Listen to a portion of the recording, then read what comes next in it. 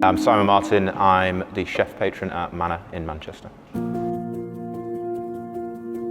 So we're a modern British restaurant and we only do a set menu of between 12 and 16 servings, and we're just about using produce that's in season and just simply cooking it to the best of our ability. So I started cooking at 15 in Chester and then worked in various restaurants around the world, most notably though restaurant Gordon Ramsay and Noma in Copenhagen. Then girlfriend decided it was time for me to come home. Okay. So then came back here and opened Manor in this great part of Manchester. So you spent quite a lot of time cooking abroad, so obviously doing British food, but you've obviously got that global mind. Tell us a little bit more about when you were cooking in Mexico and how that was. Yeah, so cooking in Mexico was actually a huge inspiration. I think a lot of people look at Mexico and they don't think that there's much going on other than burritos and tacos, and I mean burritos aren't even Mexican actually, it's sort of Tex-Mex. But no, I mean they have an extremely rich food culture and there's a lot we can learn from it, especially things like cooking with fire and cooking maybe cheaper cuts of meat is a lot more interesting to sort of get involved in the real rustic vibe that they have there, and it's really traditional techniques but done very, very well and with a lot of love. I think you can learn a lot from Mexican cooking, but aside from that, I mean travel broadens the mind, doesn't it? Yeah. Working in Australia as well, sort of like an Asian influence there, just because of the proximity to Asian countries.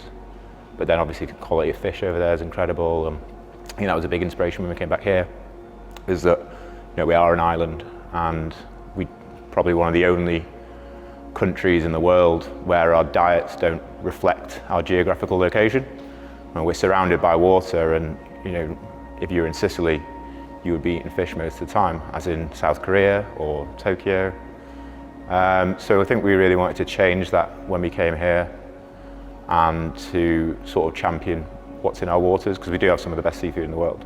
When thinking about how we could make all this seafood the best it can possibly be, I drew inspiration from a culture that's been doing that for thousands of years. Yeah. And that's why Japanese sort of cooking and then eventually methodology and ideology came to me, and it just became more and more interesting as time went on, and we wanted to use not only some of the ingredients from there but also the techniques as well, and to the point where now we actually have a couple of dishes on the menu which are very Japanese, using a couple of Japanese ingredients though, mostly British, and it comes out.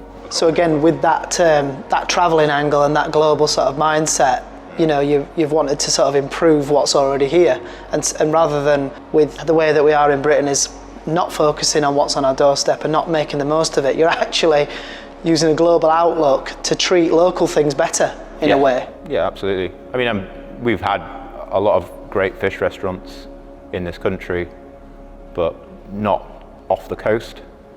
And as I said, we are an island and we're not that far from the water.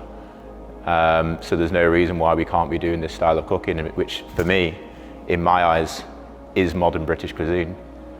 If you look around the world, a region or a country's cuisine is based on what's available to it. So this is what's available to us. And traditionally, we've been very meat driven. Right now, we have one meat serving on the menu. That's the main course. Everything else is fish and shellfish. So it's not like we don't want to identify as a fish restaurant. We just want to identify as what's the best in this country and using that product, because we are an island. Yeah, and even though Manchester's slap bang in the centre of the country, it's still only 2 hours to the coast. Yeah, exactly. It's a van drive from the port, isn't it? From our point of view, getting something from the Shetland Islands isn't that difficult. We can get scallops from the Shetland Islands that you have to pry open. They're that live. So everything's very accessible to us. If you just tell us a little bit about one Japanese ingredient that you really love, and what did you think when you first discovered it, if you remember? Yeah, I do remember one Japanese ingredient which, until there's substantial advancements made in the UK, that we were always continually going to want to use but can't get from here, the quality that we want it, is the kelp. We do use British ingredients wherever possible. There's 4 ingredients on the menu right now out of I think it says 17 course menu now. and there's only 4 ingredients that we don't get from the UK, but we're not going to sacrifice quality over locality. So we get the kelp from Hokkaido. The first time I came across kelp was at Noma, of that quality anyway. Obviously seaweeds and like wakame and nori and things like that, you know, we come across that all the time, but then really using like a high quality seaweed, a lot of love and care has gone into it, like kelp. That sort of opened a lot of doors in creating umami in servings.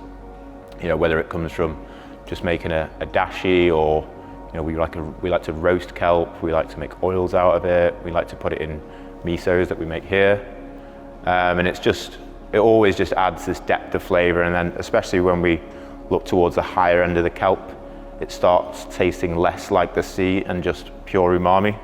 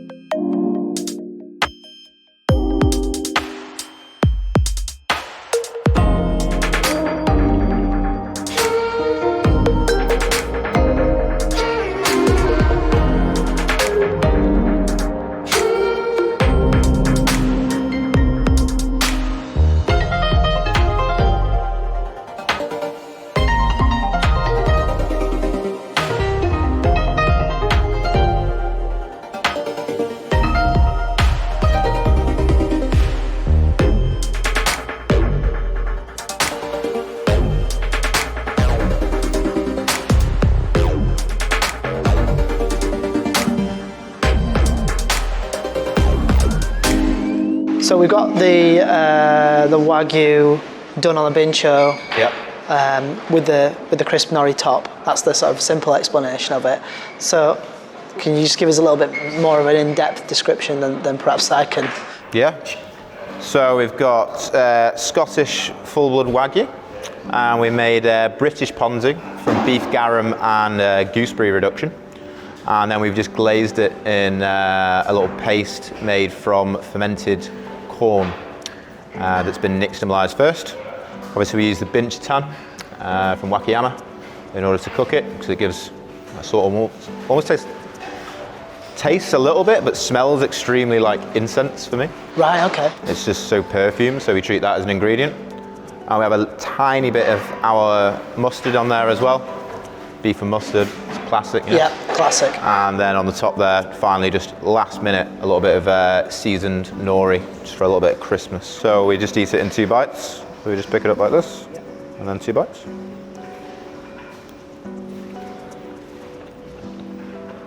There's just enough of the gooseberry acidity to sort of help the richness in the fat. Yeah. And obviously you've all got those are the malty sort of deep flavours as well. So you've got quite an extreme spectrum of flavours, Yeah. all in one mouthful. For sure. But then you've got your textural thing as well, because you were explaining to me about the way you sort of mount it, forces people to eat it that way. Yeah. If you could explain a bit more about why you've done that. Right, so the way that we cut this is against the grain, so that obviously you can imagine a steak like this. Yep. When you slice it, but you eat it like this. Yeah, so your teeth can cut through it. So it can go with the grain, so it's sort of, it runs parallel, so your teeth run parallel with the grain. Yeah, is that so? It makes a completely different experience as you bite into it then? Yeah, for sure. I mean, if you're eating something against the grain, it can be extremely tough. Yeah, that's interesting. So even though it's the same piece of meat. Yeah. Okay. So we cut it like this, so that we can eat it like this. It seems a shame not to give that a try then.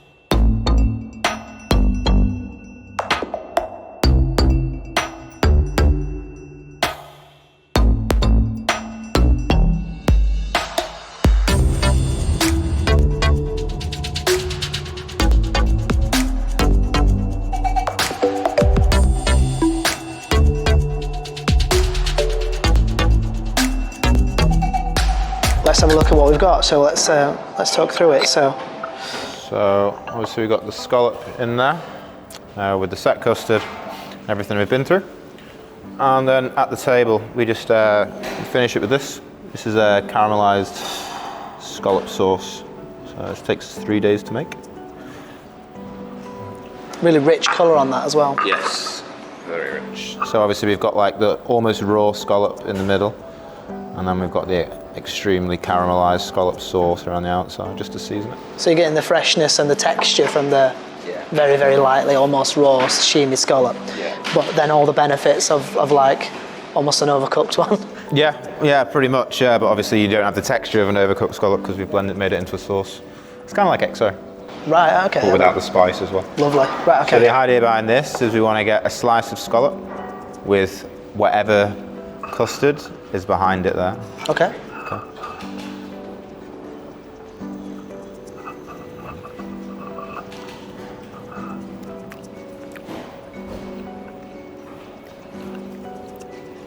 So obviously the custard's super softly set because we want it almost like a sauce, and like it needs to be about the scallop and the texture of the scallop and nothing else. Yeah.